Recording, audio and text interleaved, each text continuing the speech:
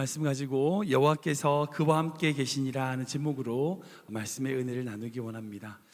성경을 보면 하나님은 여러 인물들에게 너와 함께 하겠다라고 말씀하시는 것을 우리는 볼 수 있죠.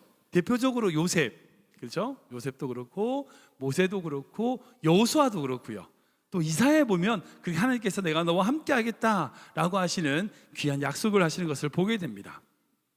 우리가 예수 그리스도를 믿고 난 이후에 받은 여러 가지 은혜들이 있어요. 죄사함의 은혜, 구원의 은혜, 여러 가지 축복의 은혜, 여러 가지 은혜들이 있는데 그 중에 우리의 삶에서 누리는 귀한 은혜가 있습니다. 바로 임마누엘의 은혜입니다.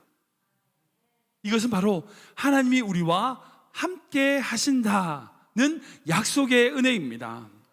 지난주 여러분들도 특별히 다 감사하셨겠지만 개인적으로 저에게도 정말 특별한 주안이었습니다. 창립 55주년 감사예배를 드리면서 정말 하나님이 우리와 함께 하셨구나, 하나님이 정말 우리 교회를 붙들어 주셨구나, 정말 그것을 느낄 수 있는 귀한 주간이었습니다.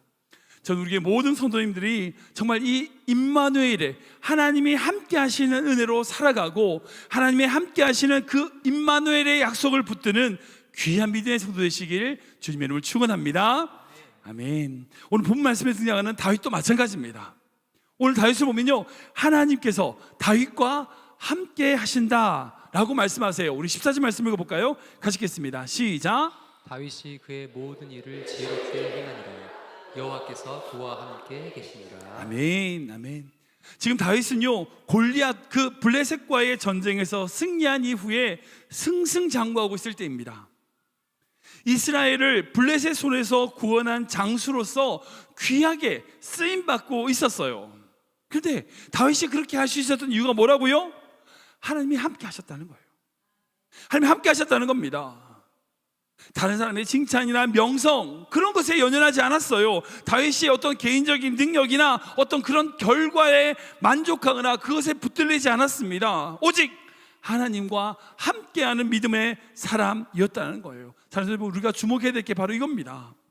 우리의 삶을 하나님의 손에 맡겨드리고 주의 손이 붙드시도록 우리의 삶을 내어드려야 돼요. 오직 하나님 그분만을 구해야 됩니다. 앞에서 말씀드린 것처럼 성경을 보면 하나님께서 그렇게 함께 하겠다라고 말씀하신 수많은 사람들이 있어요. 근데 그 사람들에게 하나님이 그저 말만 하셨을까요? 아니에요. 여러 가지 증거들을 보여주셨습니다. 그 대표적인 증거가 바로 출애굽하는 이스라엘 백성들에게 보여준 구름 기둥과 불 기둥이죠. 우리가 출애굽 때 그때를 한번 상상해 보십시오. 이스라엘 백성들이 그 애굽에서 나올 때 얼마나 기뻤을까요? 얼마나 행복했을까요? 막 이제 더 이상 우리는 노예가 아니야, 우리는 더 이상 핍박받지 않고 멸시 안 당해, 막 너무 기뻤을 거예요. 우리가 그 출애굽기에 나와서 이스라엘 백성들이 찬양하는 모습을 보면 정말 그 마음을 좀 이해할 수 있습니다.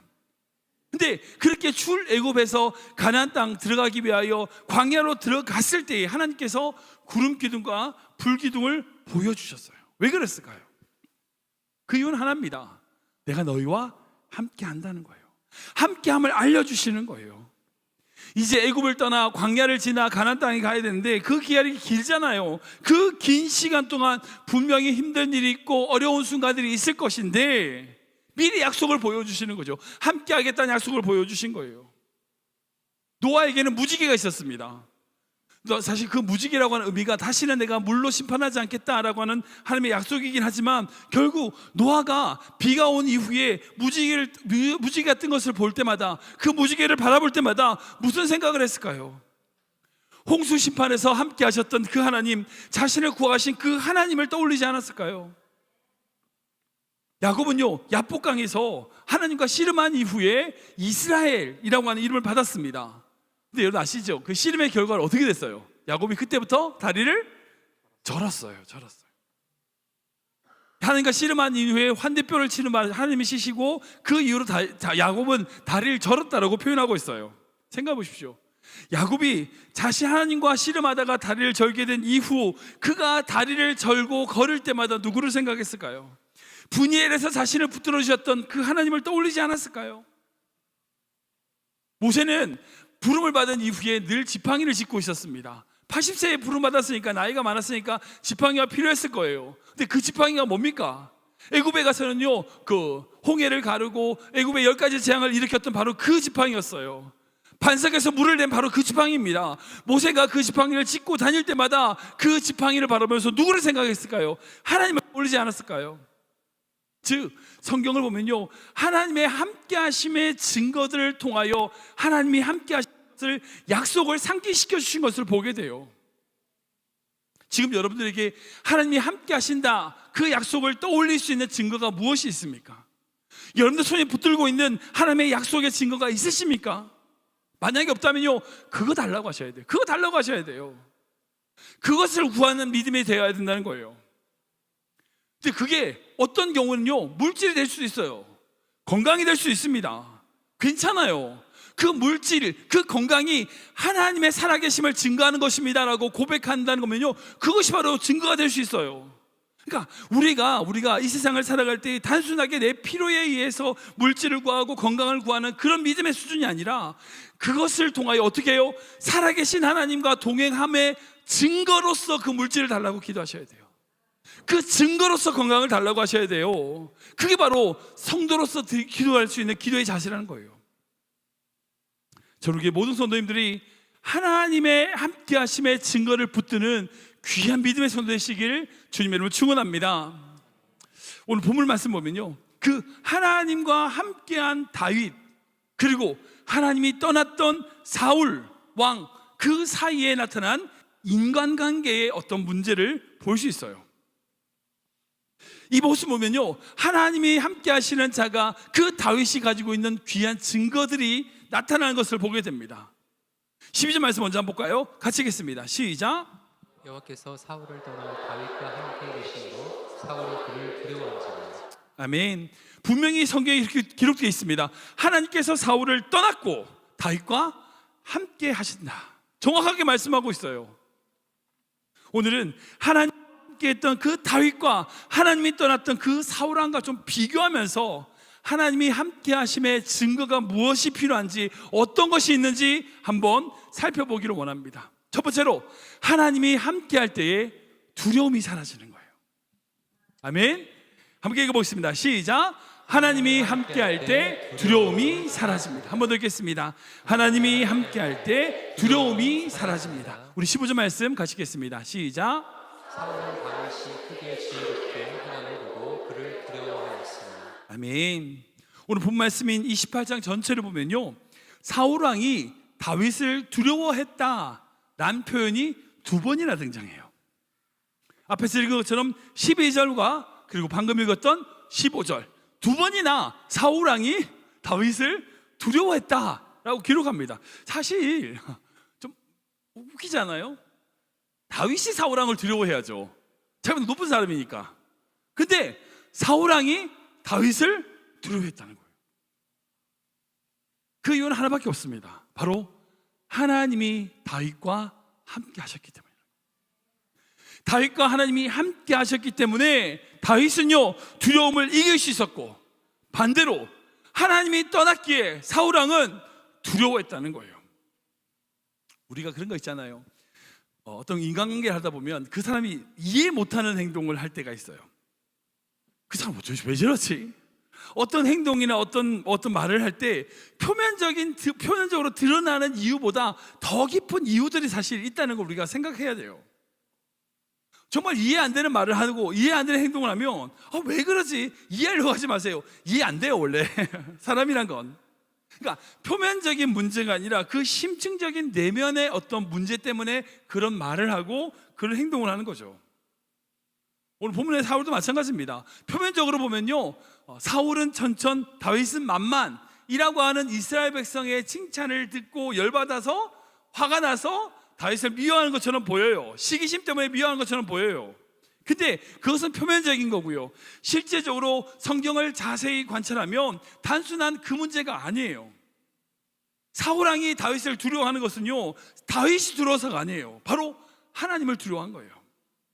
즉 자기와 함께하지 않는 하나님이 다윗과 함께하는 것이 눈에 보이니까, 자기와 함께 하신 그 하나님이 사라진 자리에 자기의 욕망과 자기의 욕심으로 채워짐으로 말미암아 생겨나는 두려움인 거죠. 그래서 사울 왕이 어떻게 행동해요? 10절 말씀 볼까요? 같이 읽겠습니다. 시작. 그 이튿날 하나님께서 버리시는 명령을 사울에게 힘있게 내리니 그가 지나가서 정신없이 떠드는 대로 다윗이 평일과 같이 손으로 수금을 타는데 그때에 사울의 손에 창이 있는지라. 아멘. 이후의 말씀 보면 다윗을 향해서 그 사울이 창을 2번이나 던져요. 아니, 다윗은요 지금 악령에 사로잡힌 그 사울 왕을 위로하고 치유해 주기 위해서 찬양을 부르고 수금으로 찬양을 노래를 부르고 있는데, 자기를 위로해 주고 자기와 위해서 있는 그 다윗을 향해서 사울 왕은요 창을 던집니다. 여기서 그 역할을 하는 게 있어요. 바로 하나님이 부르시는 악령이라고 표현되어 있습니다. 그 하나님이 보내신 악령이라고 하는 것이 뭔지 아세요? 그 악령의 이름이 바로 두려움이에요. 네, 이 말씀을 좀 오해하시면 안 됩니다. 선하신 하나님께서 악한 영을 부리셔서 사람을 괴롭히신다, 그런 의미라고 해석하기보다 이것은요 하나님이 함께하지 않기에 그 사울 왕은요 두려움, 그 악한 영에 짓눌려 살아갈 수밖에 없다는 현상을 의미하는 거죠. 그리고 하나님께서 그 사울 왕을 통하여 다윗을 훈련시키는 과정 속에서 사울을 사용하시는 것이라고 이해해야 되는 거죠. 결국 중요한 것은요, 이 사울 왕은 뭐에 사로잡혀 있어요? 두려움에 사로잡혀 있어요. 그 두려움의 근원이 뭡니까? 하나님을 잃어버렸기 때문에. 다윗을 시기해서가 아니에요. 그 안에 하나님이 없어서 그래요. 하나님을 잃어버렸기 때문에 찾아오는 두려움인 거죠. 그러니까 이걸 다르게 표현하면 자기 자신으로만 가득 채워지기 때문에 두려운 거예요. 그러니까 어떤 사람이 두려움이 많으냐? 자신감이 있고요, 오히려 더 자기가 다 잘할 것 같은 사람이 더 두려움이 많아요. 오히려 나는 아무것도 할 수 없습니다, 모든 걸 하나님께 맡기는 자는요 두려움이 없어요. 우리가 다 할 수 있다고 생각하는 그 행동에서 두려움이 오히려 더 강하게 일어나는 거죠. 그런데 이 사울은 어떤 행동까지 해요? 17절 말씀 이렇게 읽겠군요. 같이 읽겠습니다. 시작. 사울이 다윗에게 이르되 내 맏딸 메락을 내게 아내로 주르니 오직 너는 나를 위하여 용기를 내어 여호와의 싸움을 싸우라 하니 이는 그가 생각하기를 내 손을 그에게 대지 않고 블레셋 사람들의 손을 그에게 대게 하리라 하니라. 아멘. 이거 아멘을 그러네요. 이 무슨 말인지 아시겠죠? 사울 왕이 지금 다윗에 대한 시기와 두려움으로 어떤 행동까지 해요? 자기의 맏딸인 메랍을 이용해서 다윗을 어떻게 처리하겠다, 여호와를 위한 싸움을 싸우라. 말은 좋죠. 근데 무슨 말이에요? 전쟁의 깊은 곳까지 사위라고 하는 명분으로 보내서 내가 안 죽이고 누구 손으로? 블레셋 사람의 손으로 그 다윗을 죽이겠다는 거예요. 사울 왕이 왜 이런 행동할까요? 자기 딸까지 이용해서 다윗을 처리하려고 했을까요? 다른 거 없습니다. 오직 그 안에 두려움 때문이에요. 그에 반해서 다윗은 어떻죠? 다윗은 어떻습니까? 다윗은요 두려움이 없는 사람이었어요. 하나님이 함께 하심으로 말미암아 두려움을 이겨냅니다. 우리가 잘 아는 다윗의 시편을 보면 이렇게 그는 하나님을 찬양합니다. 우리 시편 27절 말씀인데요, 같이 읽겠습니다. 시작. 여호와는 나의 빛이요 나의 구원이시니 내가 누구를 두려워하리요. 여호와는 내 생명의 능력이시니 내가 누구를 무서워하리요. 아멘. 이 시편을 보면요 다윗이 전쟁이 일어나도 두렵지 않다라고 얘기해요. 군대가 나를 죽이려고 일어나도 두렵지 않다고 선언합니다. 이유는 무엇 때문이에요? 그가 힘이 있어서요? 그가 능력이 있어서요? 아니요, 하나님 때문에. 그분이 나의 힘이시고 그분이 나의 구원이시고 그분이 나의 생명의 능력이시기에 무서워하지 않는다 선언하는 거예요. 지금 우리 삶에 두려움이 있습니까? 왜 있습니까? 그 이유는요 하나님이 함께 하지 않아서예요. 하나님이 함께 하시면요 두려움은 사라집니다. 담대하게 나아갈 수 있습니다. 그렇다면 우리가 어떻게 해야 될까요? 그 환경과 두려움과 씨름하는 게 아니에요. 그 문제와 씨름하는 것은요 하수예요. 우리는 누구랑 씨름해야 돼요? 하나님과 씨름해야 돼요. 하나님께 나아가야 됩니다. 그래야 진짜 두려움을 이길 수 있는 거예요. 두 번째로 하나님이 함께 하신 다윗을 통해서 배우는 게 뭐냐면, 하나님이 함께 할 때에 낮은 곳에 마음을 두게 된다는 거예요. 우리 같이 읽어볼까요? 시작. 하나님이 함께할 때 낮은 곳에 마음을 두게 됩니다. 한 번 더 읽겠습니다. 하나님이 함께할 때 낮은 곳에 마음을 두게 됩니다. 우리 16절 말씀을 같이 읽습니다. 시작. 온 이스라엘과 유다는 다윗을 사랑하였으니 그가 자기들 앞에 출입하기 때문이었더라. 아멘. 하나님과 함께했던 그 다윗이 가진 특징 중에 또 한 가지 특징이 뭐냐? 바로 백성들 앞에서 출입했다라는 기록이에요. 이 표현도요 성경에 두 번 기록되어 있습니다. 13절, 16절 두 번 기록되어 있어요. 근데 여기서 말하는 출입하다는 것은요 히브리 말로 요체와바라는 단어인데 이것을 직역으로 하면 나가고 들어오다는 뜻이에요. 근데 이건요 단순하게 나가고 들어오다는 뜻이 아닙니다. 살피다, 돌보다, 보살피며 활동하다라고 하는 의미의 관용어구예요. 관용어구. 성경의 관용어구입니다. 즉 다윗은 자신이 천부장으로서 자신의 책임과 사명을 다했다는 뜻이며 또한 백성들을 살피고 보살피고 돌봤다는 의미예요. 근데 왜 이런 행동을 했을까요? 다시 왜 이렇게 했을까요? 이유는 한 가지죠. 하나님이 함께 하시니까, 하나님의 마음을 가졌으니까. 이스라엘 백성들을 사랑하는 하나님의 마음을 가졌으니 당연히 그 행동이 그렇게 나오겠죠. 사랑하니까 그 하게 되잖아요. 이스라엘 백성들을 사랑하니까 그렇게 백성들을 돌보게 되는 거예요. 근데 우리가 여기서 주목할 게 있어요. 그게 뭐냐면 다윗의 직책입니다. 골리앗과의 전쟁 이후에 다윗은 어떻게 해요? 승승장구합니다. 여러 전쟁에서 승리를 해요. 그래서 사울이 이 다윗을 어떻게 했냐? 처음에는요 군대의 장으로 세웁니다. 우리 5절 말씀 볼까요? 같이 읽겠습니다. 시작. 사울이 보내는 곳마다 가서 지혜롭게 행하며 사울이 그를 군대의 장으로 삼았더니 온 백성이 합당히 여겼고 사울의 신하들도 합당히 여겼더라. 아멘. 아멘. 여기서 군대의 장은요 이스라엘 군대의 가장 높은 직책을 의미합니다. 그런데 그 사울왕이 다윗을 시기하고 난 다음에 죽이려고 하려고 한 그때 이후로 다윗의 직책은 뭐였냐? 천부장이었어. 14절 말씀 볼까요? 같이 읽겠습니다. 시작. 사울이 자기 곁에서 떠나게 하고 그를 천부장으로 삼으매 그가 백성 앞에 출입하며. 아멘. 즉 계급과 지위를 낮춘 거예요. 군대의 장과 천부장이라고 하는 것을요 지금의 군대 체계로 좀 표현하자면 뭐 정확하긴 않지만 지금 군대 표현을 표현하자면 군대의 장이라고 하면 모든 군대를 통솔하는 참모총장 같은 거예요. 참모총장, 모든 군대의 대장인 거죠. 참모총장이에요. 즉 모든 군대를 통솔하는 지휘장 같은 것이에요. 근데 천부장은 뭐냐? 1000명의 군사를 다스리는 장군이라는 뜻이에요. 지금 말하면 한 사단장쯤 되는 거예요. 사단장. 즉 육군 참모총장에서 어떻게 된 거예요? 사단장으로 강등된 거예요. 여러분 생각해보세요. 군대에서 만약에 그렇게 강등됐다 어떻게 될까요? 난리 나겠죠. 와 강등시키시냐고, 나 옷 벗는다고 그러겠죠. 못 견딜 겁니다. 근데 다윗은 어떻게 했어요? 상관없어요. 왜요? 하나님이 함께 하시기에 사울왕이 자기를 어떻게 대우하든지 상관이 없는 거예요. 상관이 없어요.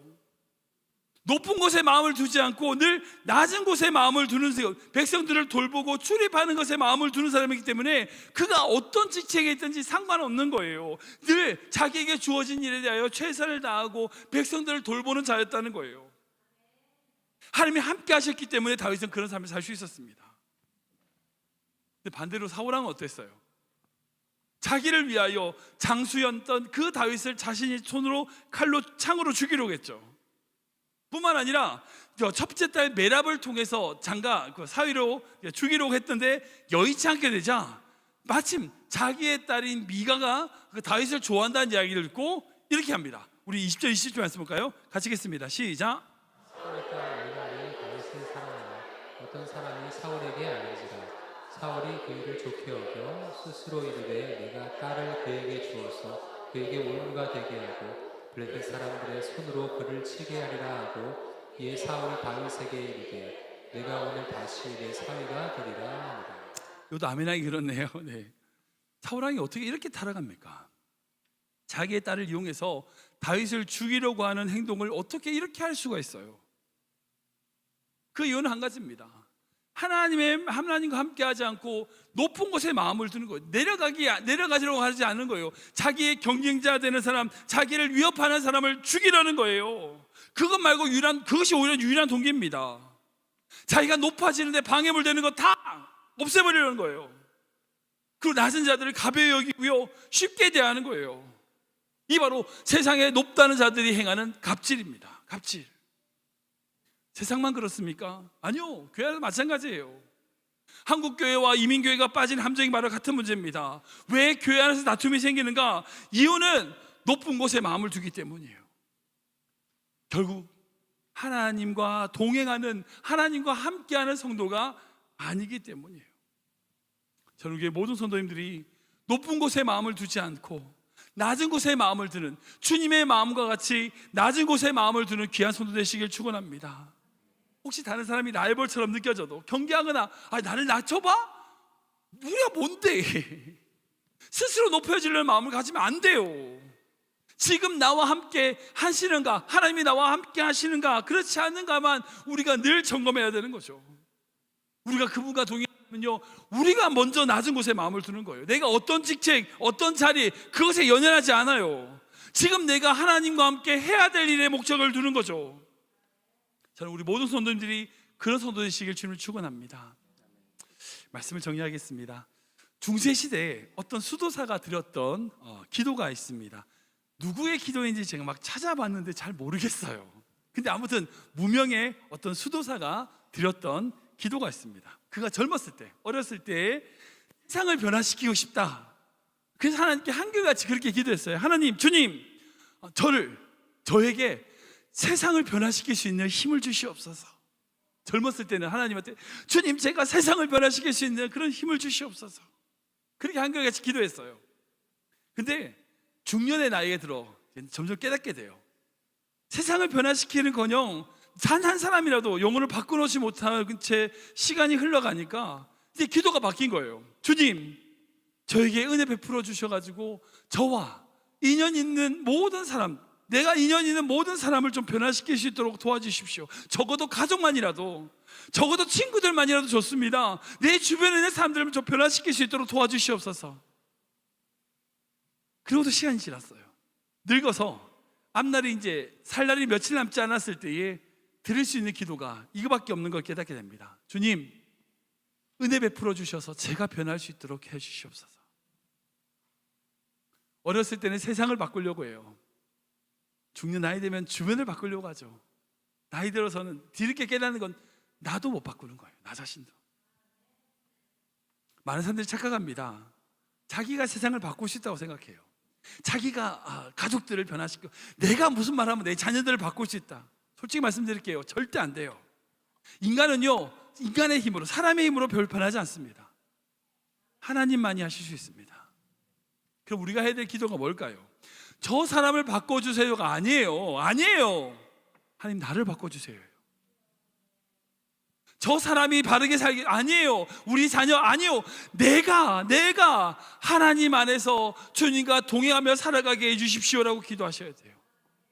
오늘 본문 보면요, 다윗과 이 사울왕이 분명한 대조가 보이잖아요. 사울왕은 정말 하나님과 함께하지 않음으로 말미암아 그렇게 두려움에 사로잡히고 높은 곳에 마음을 둠으로써 자기의 충실했던 다윗을 죽이러 갑니다. 끊임없이 죽이려고 해요. 그때 반해서 다윗은 어때요? 하나님의 함께하심을 말미암아 두려움을 이겨내고 낮은 곳에 마음을 두는 진정한 왕의 모습을 우리는 볼 수 있습니다. 근데 아세요? 이 사울왕이 다윗을 자신의 딸을 이용해서 블레셋 손으로 죽이려고 했던 시도, 그 시도는 어떻게 했어요? 성공했어요? 실패했어요? 실패했어요. 근데 똑같은 작전을 성공시킨 사람이 있어요. 누군지 아세요? 누굴까요? 사울왕이 그 다윗을 죽이려고 했던 그 똑같은 작전을 실행해서 성공시킨 사람이 있어요. 누군지 아세요? 다윗이에요. 자신의 불륜 사실을 숨기고 들통날 것을 두려워해서 그 불륜의 상대였던 바세바의 남편 우리야, 자신의 충실했던 신하, 자신의 군대 장관이었던 그 우리야를 암몬 정전에게 내보내서 죽게 만들었어요. 누구의 행동이에요? 사울왕이 자기가 했던 그대로 자기가 그렇게 행하는 거예요. 여러분, 사울왕은 너무 나쁜 사람이고 다윗이 진짜 좋은 사람 같으세요? 아니에요. 둘 다 똑같아요. 한 끗 차이입니다. 우리 안에는요 늘 사울왕과 다윗이 함께 있어요. 만약 우리가 하나님과 함께 살아가고 하나님과 동행하면 다윗의 길을 걸어갈 수 있지만 자칫 삐끗하면 언제든지 우리는 사울왕의 모습이 될 수 있어요. 늘 깨어 있어야 돼요. 늘 하나님이 원하시는 것이 무엇인지, 하나님이 기뻐하시는 것이 무엇인지, 그 주님과 동행하는 믿음의 길을 걸어가야 된다는 겁니다. 지금 우리의 삶 가운데 함께 하시고 동행하시는 그 하나님의 임재, 그 하나님의 통치를 경험하며 정말 우리의 삶을 붙드시는 주의 손을 의지하는 귀한 믿음의 성도 되시길 주님으로 축원합니다.